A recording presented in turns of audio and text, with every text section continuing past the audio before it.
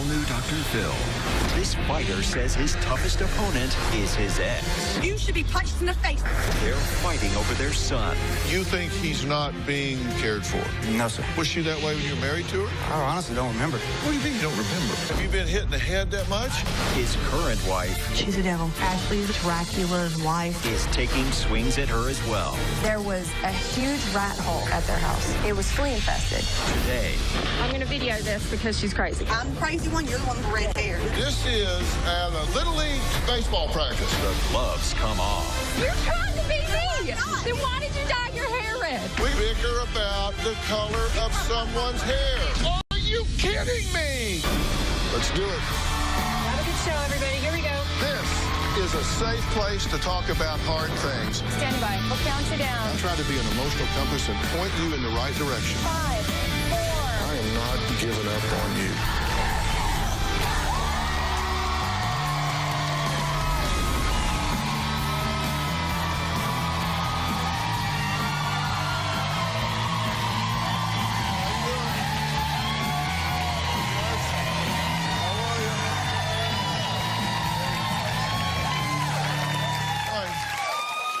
Divorce and custody battle after custody battle would make anyone feel beaten down and defeated.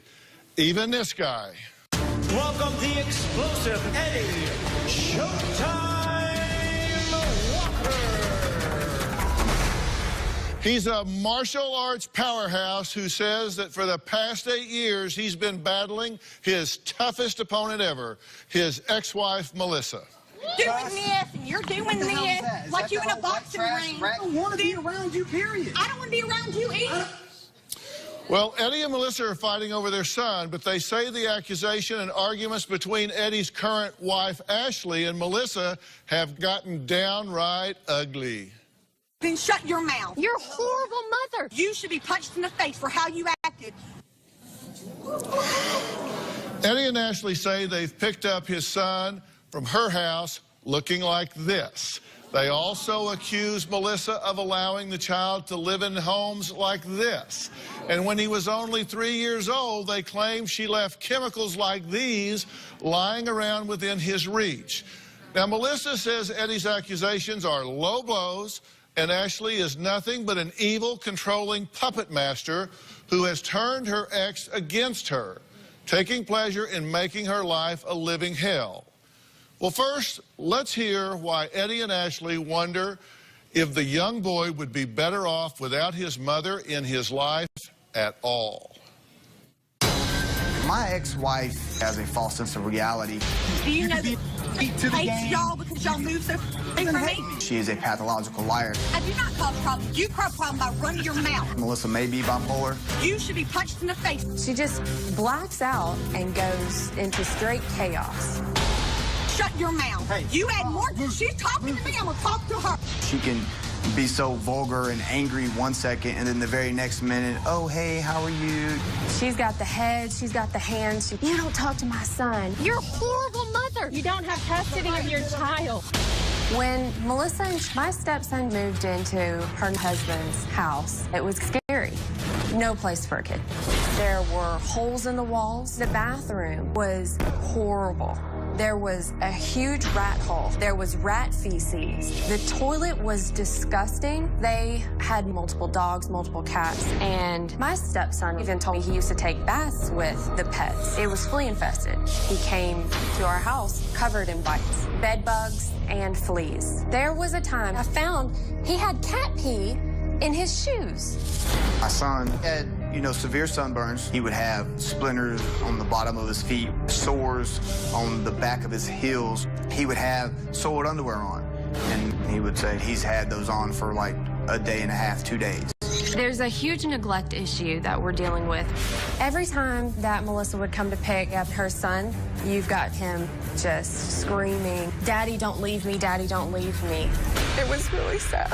He wouldn't want to let me go. He would cry and, scream when he got into the vehicle with his mom. Eddie's heart would break.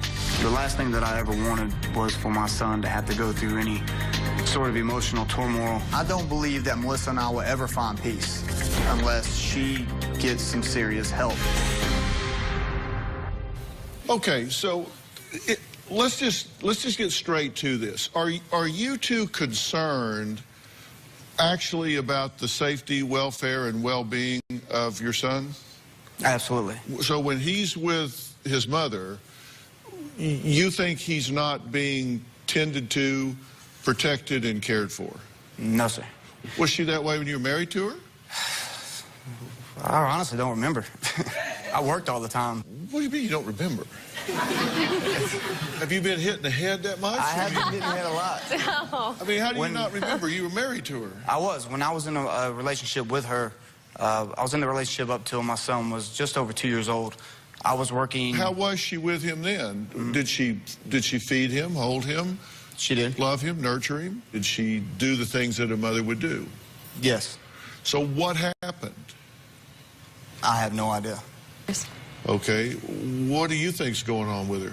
I think a lot of it has to do with a revenge aspect, an anger, an emotional issue that she's dealing with that I believe even sources back to their separation. You think she's still in love with him? 100%. 100%. And You court, think she wants cried your over husband him. back? Yes. She cried in court over him 3 times on the stand in our last court case, just because of him leaving her. So that shows she still has an emotional attachment. Well, how would that translate to her letting him wear cat pee-filled shoes? She's very oblivious to a lot of maternal things that you're born with. I don't know where the break is coming from. Do you egg this on? Do you fan the flames? I'm sure my involvement is angering her a lot, but my goal in the whole situation is to help.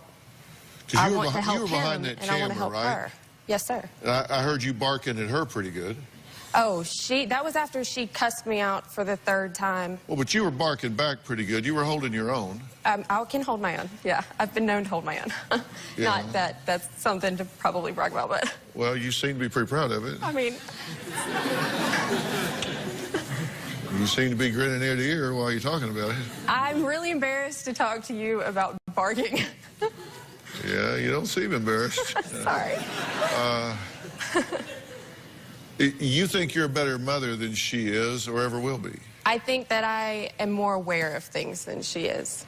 I can't really compare my maternal skills to her, I don't think, but we are on different pages, 100%. Well, but you do compare your maternal skills to her. You think you're a better mother. I mean, let's just be honest. Look, you think you do a 10 times better job of taking care of him than she does. Yes. I mean, so that's not even a close call. No.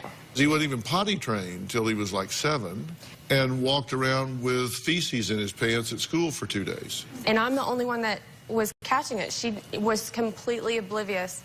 He still, to this day, does not take a shower regularly at their house. Why would she let your son do that? Why would she let him walk around school with feces in his pants for 2 days? I honestly believe that she has a false sense of reality. She is oblivious to what is actually going on, and the only time she really wants to act like a mother is when other people are around, so she gets the actual attention of being a mother.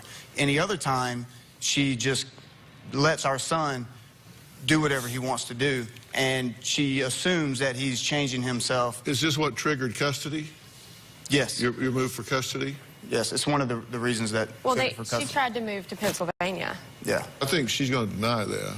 I'm sure she is, but I think she's going to deny a hell of a bunch of this. Yeah. As a matter of fact, she's backstage right now listening to this whole thing. Ashley and Eddie claim Melissa is a terrible mom who let her son play alone near the railroad tracks, sent him to their house covered in flea bites, and left him with soiled underwear for days at a time. Melissa says Eddie and Ashley are overprotective drama queens with absolutely no proof of anything. She says he might have had bites on him. He might have got him at their house, for all she knows. Well, we're going to talk to her when we come back.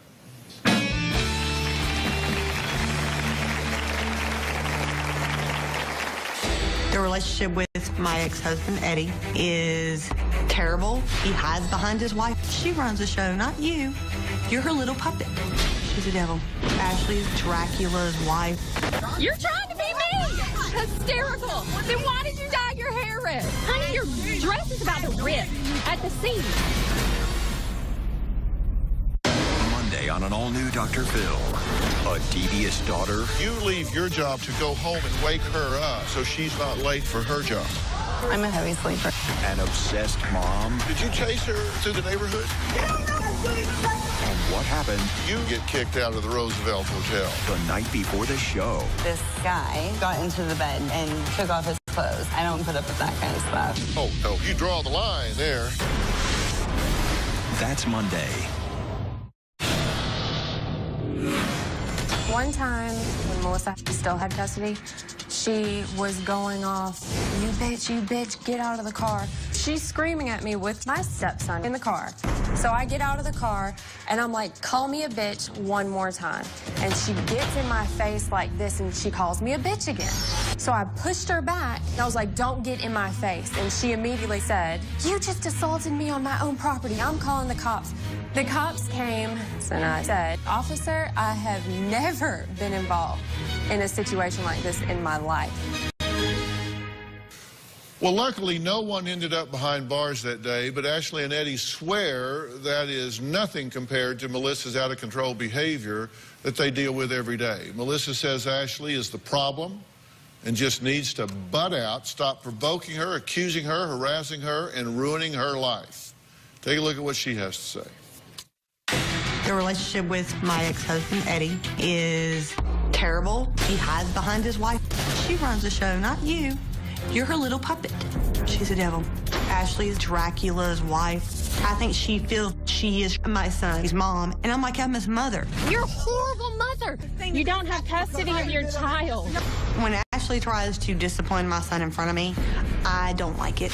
I believe it's my place and Eddie's place to discipline. I have 96 hours with my son. That is it. To be told by the court system that you're not good enough hurts. And then they get ripped from you and you don't get to see them when you want to. When they got custody, Ashley sent me an email saying, well, me and Eddie go to dinner, maybe you can babysit. I was stunned. You gotta be kidding me. Ashley is a disgrace to motherhood.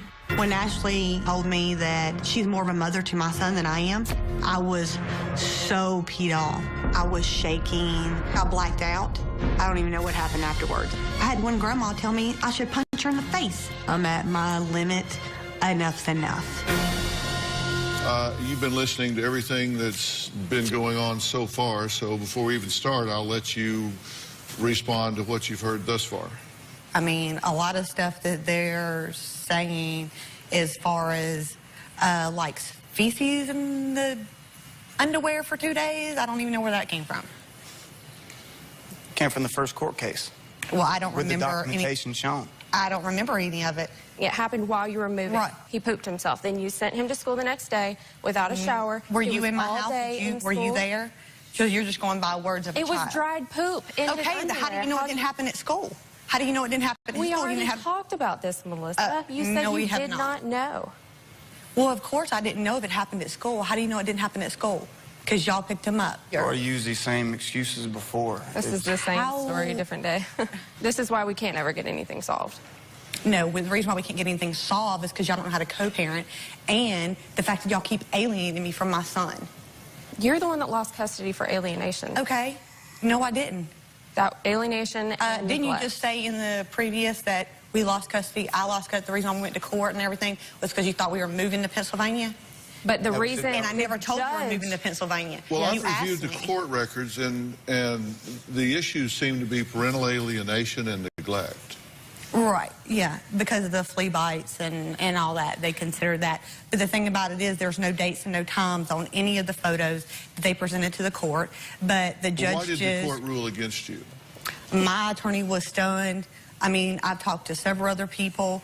Other attorneys handed them my case or whatever, and they all tell me the same thing. Something doesn't sound right. Just bug bites in a, I think, Well, it doesn't his make sense that gene. the father was able to gain custody of a child from a mother. That's a very rare occurrence. Well, It is, let's but talk not about when this. there's stuff So going. you say that there was a conspiracy, that there was the fix was in, that his attorney has a lot of pull, Yes. and well, this was so bad that they ordered you to pay their attorney fees.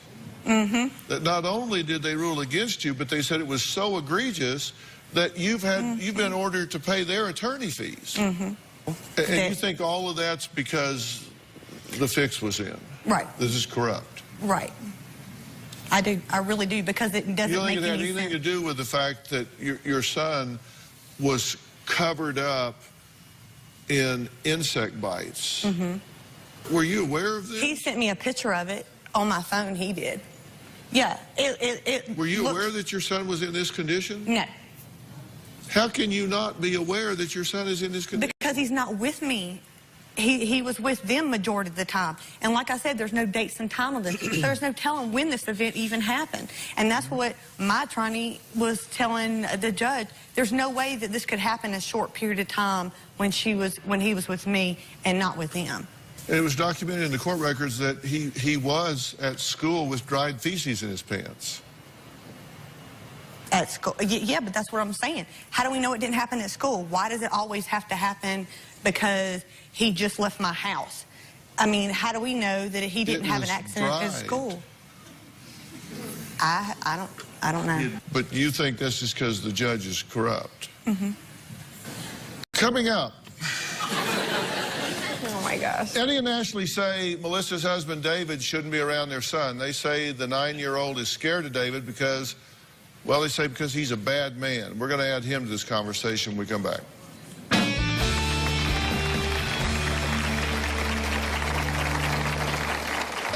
Ashley gets pleasure from hurting my wife. Ashley needs to stop trying to be his mother. Back off. On the new season of Dr. Phil. I just want to know the truth. Is my brother-in-law a monster?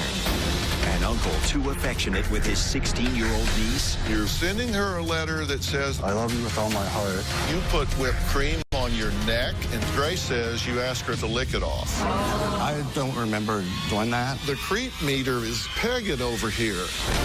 You say you have fled the state to protect your daughter. Yes, sir. My wife and I are accused of kidnapping our own child by my mother. What these parents don't know, they actually lost custody of their daughter. They will find out today for the very first time.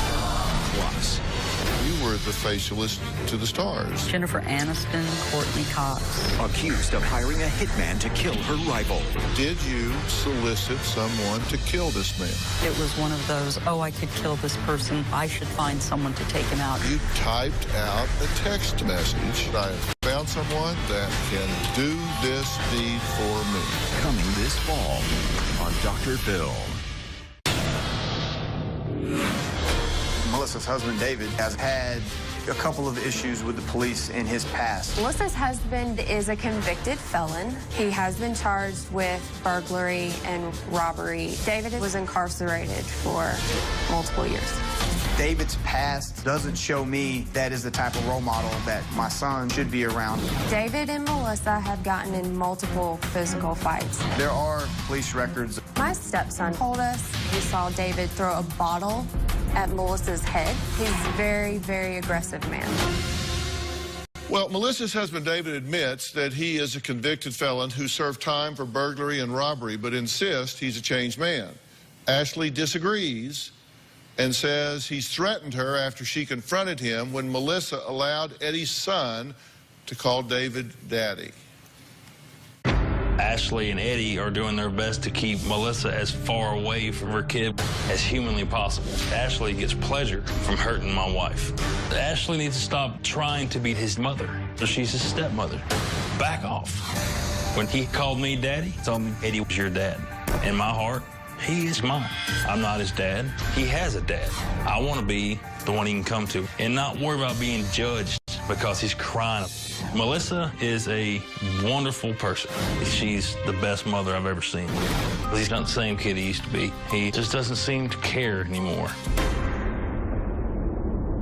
But thank you for joining us. What do you think's going on here? It's getting railroaded. That's what I think.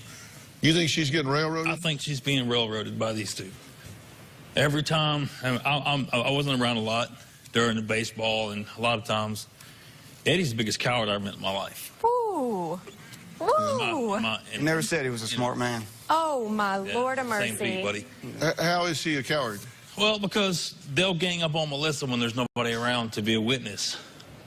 when I'm around, there's no real confrontation. When have I ever ganged up on Melissa? Yes, you threaten Every me time when I'm you were not around. Every time she's at a ball game, you Is that what she's calling you and telling you? How he even just used me? What's that? Did you see how he just used me like that? Like, everything is aggressive with this man. Once we had a conversation on your front porch of your old house. It was a very calm, positive conversation. I was never aggressive to you. You were never aggressive to me. We were able to have an adult conversation. That's why why I can't you never have had an adult conversation with my wife? You know why I can't? Because she can't have one. Exactly. If you watch the video that they've been showing and repeating constantly, I'm sitting there trying to have an adult conversation while she's constantly being aggressive and yelling and screaming. Well, let me see the video. Even when I has called got this you in the background in her mouth. Can I jump in here a second? Absolutely. Yes. Please. It's your show. Because I have to tell you, I did not allow this story to be booked on the show because I wanted the four of y'all to start playing bridge. Oh, I don't want to play that game. Because I could care less whether you four get along, other than there's a child in the middle of this. Right. And the child is paying the price for this. Absolutely. Right. And I'm not going to play this whole video because it is just, oh my God.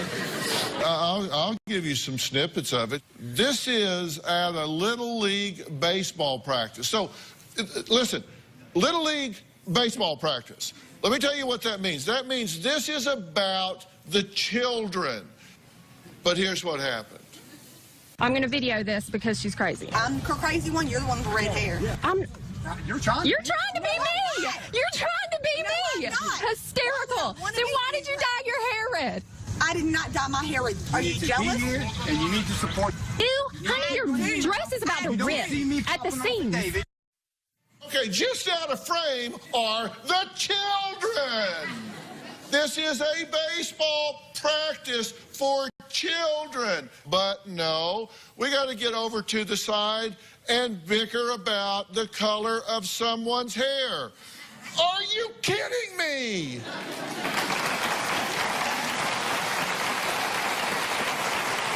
We have another video clip. Play the other video clip about punching in the face. You should be punched in the face for how you acted. Well, I'm going to go ask her mom if she thinks you should punch me in the face, and we'll see how that goes. Okay, go right ahead. David was standing right there. Oh, no, well, I'll ask her because nobody on this team is that immature to say anything like that, and it's just proof that you cause problems. I do not cause problems. You cause problems by running your mouth. You cuss me out. What are you two doing? It's hard. You're It brings out the instigating worst. from behind the camera, and you're going for it like Jesse went for the train. I mean, it's like, oh, here it comes. I'll take this bait. Come on. It's difficult when you get really worked up and upset. The worst does come out in you, and that is terrible. You're right. Yeah, I know. I know you're I right. know. But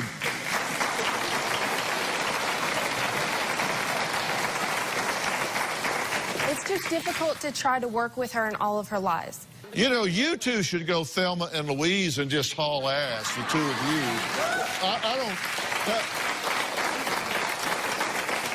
I pulled a quote from one of these four. We're going to play a little guessing game next. We'll be right back.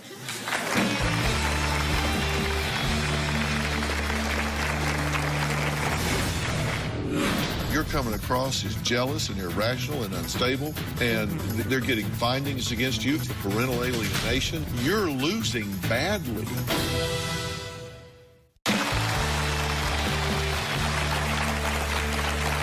I have a question for you here. You mentioned blackout anger, where you get to a point where you're not even sure what happened after that. Right. You said, I got to a point where everything just kind of goes white, and then later I kind of come back into focus, and I don't know what happened between that point and this point. Right. That in there is just a blur. Right. Would you agree that's not good? Yeah, that I got that angry, yes. Or that upset, because it's happened when it happened, you know, when my dad died too. I got really upset. And Would you think that's dangerous for you and others? Yeah. I mean, I've never done it before, except for twice, so I don't know. Hopefully nothing bad happens. Yeah, but when you're black, you don't know what's going on. I mean, you could fall down, you could pick something up and hit somebody in the head with it. You could do any number of things. Correct. So that would suggest to me that you suggest to yourself, you know what, I'm letting myself get way too worked up here. Right. And you're never more vulnerable. You're always at your weakest when you're angry. Yes. Because you do lose control then. That's bad for you. It's unbecoming to you. And you may think that this court thing is a setup, that you're corrupt, that this is a big game, but you're losing the game. You're coming across as jealous and irrational and unstable, and they're getting findings against you for parental alienation and neglect. Right. It's so much so, they're saying you got to pay their attorney fees. That it's so bad that they shouldn't even have to be there, and so they award attorney fees. That's the most egregious finding you can get. So whatever it is, whether you think it's a game or a setup or whatever, you're losing badly. Right. So that means you've got to change the way you're playing the game. Right. Right or wrong, fair or unfair, you got, I mean, do you hear what I'm saying? Yes, sir. And the next stop on the subway is a termination of your parental rights. Right. That's the only thing that hasn't happened to you, right? Right. That's the only next thing they can do is terminate your rights completely, where you have no access to the child whatsoever. And you are on a collision course with that result if you don't change what you're doing. I want to read a quote. We did field interviews with all 4 of you, and I pulled a quote from one of these 4, and I'm going to wonder if you can guess who said it. This is not about us. This isn't about us. This is about a 9-year-old boy. He's completely torn. That boy needs his mom and his dad more than anybody in this world. Who said that? The mom, the dad? Who said it? That was David. It was David who said that. This isn't about us. This is about a 9-year-old boy. He is completely torn. That boy needs his mom and his dad more than anybody in this world. The one Ashley calls the bad man. This is the convicted felon, bad guy who, by the way, was pardoned, completely pardoned by the state of Georgia.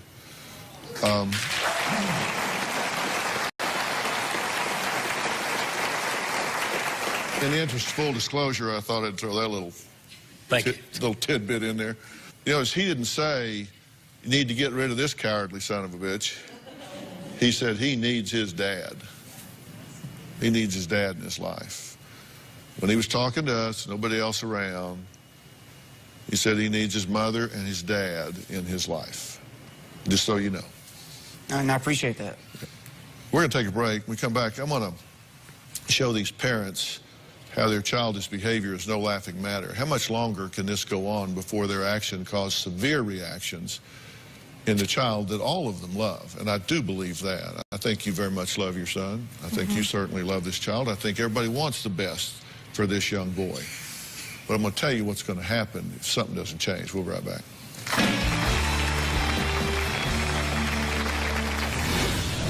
Police are called to the school over who picks up. He's standing there, parents here, parent there, cops there. Monday on an all-new Dr. Phil. A mother and daughter. I do drugs because I can't stand my mom. She says you stalk her. Out of control. Did you chase her through the neighborhood? That's Monday.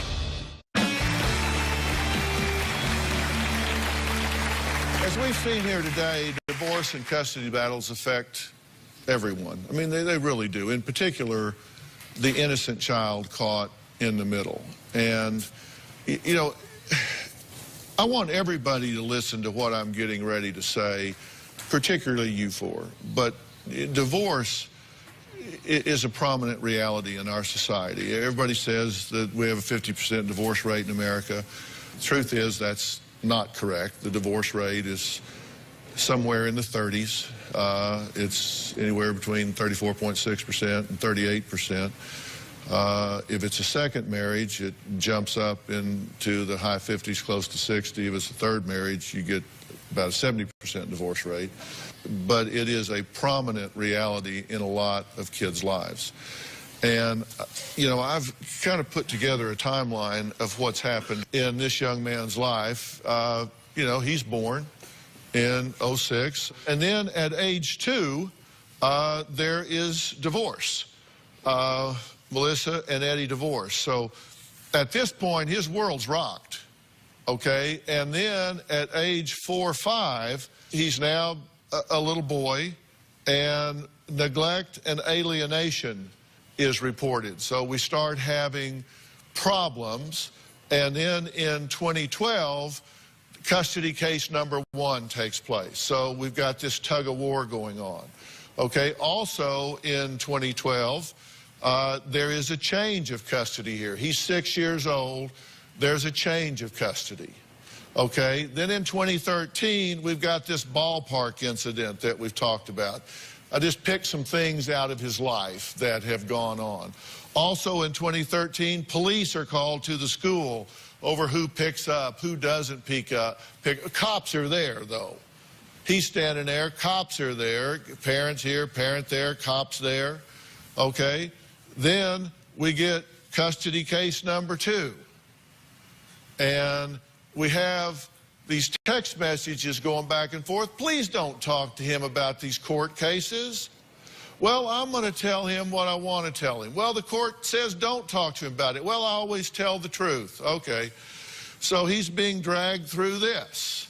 Okay, then we got to go back to the ballpark. We got to have some more incidences at the ballpark. Make sure he knows that everything is not going well. And then in 2015, we find out we're going to have to retake 3rd grade. Okay? Let me tell you what happens to children that live in contentious divorce. I wrote it down because I didn't want to miss anything. When these children go through contentious divorce,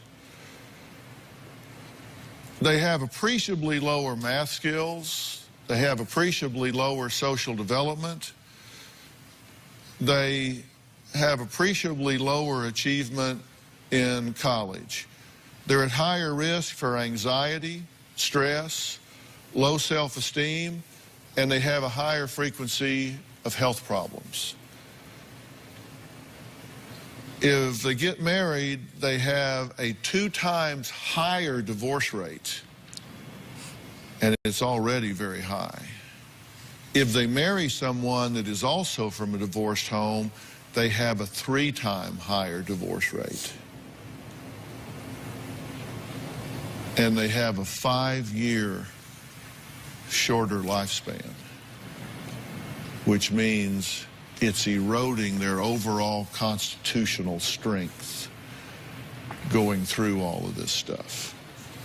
The kids that get caught in the middle of all of this are paying the price. You can yell, you can go get Nana, and you can get into all of this stuff, but you know who's right in the dead middle of all of this? Right here, it's this boy. And he's paying the price for you two at the ballpark.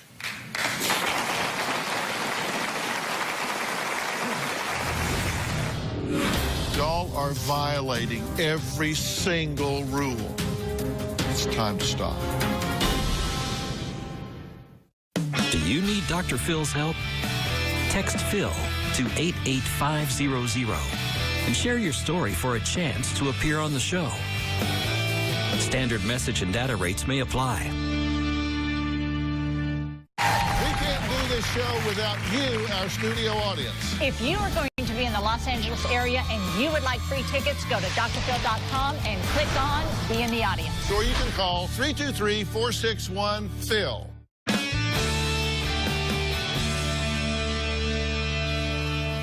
Kids have a personal truth. They have what they believe about themselves, and they go to school and compare that to the other kid's social mask. The other kids may be from as volatile a situation as they are, but the other kids wear a social mask, and so your kid is damaged inside, and he compares it to the other kid's social mask and thinks he's lesser than. He has a damaged personal truth. He feels like a second-class citizen. And the problem is, you generate the results in life you think you deserve. The fallout from this is really very clear. What they live as a product of this is astounding. The mistakes that people make in divorces that the kids have to live, like every event's a pressure cooker. Everything they go through, it just builds up on them time and time again. What do you think a birthday party is like for them? We do it also. Oh, of course you do. What do you think they feel like if it's Christmas time and they go be with one of you versus the other? They feel they're betraying one to be with the other. The biggest, most frequent mistakes in a divorce and remarriage, they're very traditional. The biggest mistakes you can make is sabotage. You use a child as a pawn. You use them to get back at your partner. You use a child for information or to manipulate your ex. You transfer your feelings onto them. You force them to choose sides. Family events become pressure cookers. You use them for companionship. You treat the child as an adult. You become too emotionally needy. Or you overindulge them because you feel guilty. You baby them. Oh, it's okay, baby. That's the last thing they need. I got 2 rules with children. You never, ever burden them with situations they cannot control. And you do not ask them to deal with adult issues. Y'all are violating every single rule. And he's paying the price for it. It's time to stop. It's time to stop. It's time to stop running your own agenda. And if you're in a divorce situation at home, you got to grade your own paper. It's time to start running your own agenda. It's time to start being a fiduciary for your child or your children and put their interest ahead of your own. It's time to stop venting. They have needs, and those needs become exaggerated. That they need to feel acceptance. They need to feel assurance. They need to feel freedom of guilt or blame for the divorce. They need structure. They need a stable parent who has the strength to conduct the business of the family. They just need to let them be kids. So this is all research. It's very, very powerful how you can change things and just change these kids. My next and final thoughts for this fractured family when we come back, and you can bet I am going to put verbs in my sentences. We'll be right back. Ready to get real? Go to drphil.com for advice on relationships, parenting, finances, and more. Plus, weigh in on your favorite episodes, share your stories, and find support in the Dr. Phil community. When you sign up for the community, you will automatically be subscribed to the Dr. Phil Show newsletter. Log on to drphil.com today.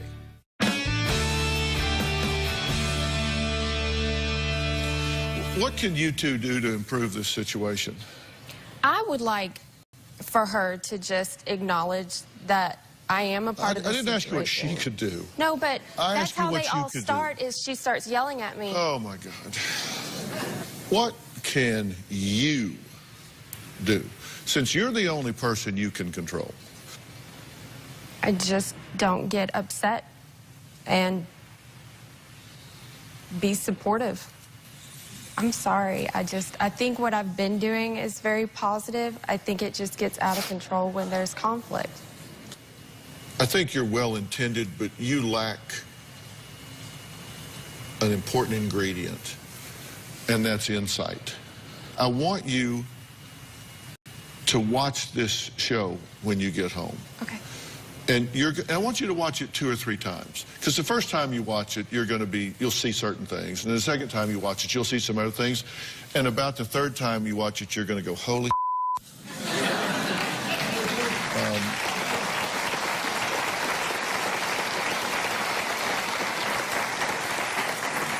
I get it. You're going to say it on the first time. You're going to say it, and you know why you're going to say it? You're going to go, I get it. I get it. Because you know what? You don't have to react. Yes, sir. One log won't burn. Yes, sir. Just choose not to react. Okay. And that's the same thing you need to do. Look, this is your child, and in all of this child's life, he will never have another mother. He'll never have another. And you need to be the best mother that you can be. And I'm ready to bring whatever resources I can to create a co-parenting plan here and really help everybody come up with some conflict resolution things and really where this young man can come in to the presence of all 4 of you and know this is peace and harmony. They all love me. And what a great feeling that is for a child to know that everybody loves him. Let's make that our goal to give that to this boy. Can we do that? And I hope you'll make that your goal at home. And you can join the conversation now. You can follow me on Twitter at Dr. Phil or visit my Facebook or my Instagram page. And don't forget to use hashtag Dr. Phil, and we want to hear from you.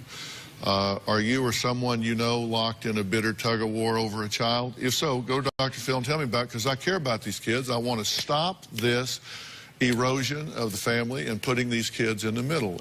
I want to thank all of my guests for being here today. Be the hero here. Thanks for being here, sir. Thank you, sir.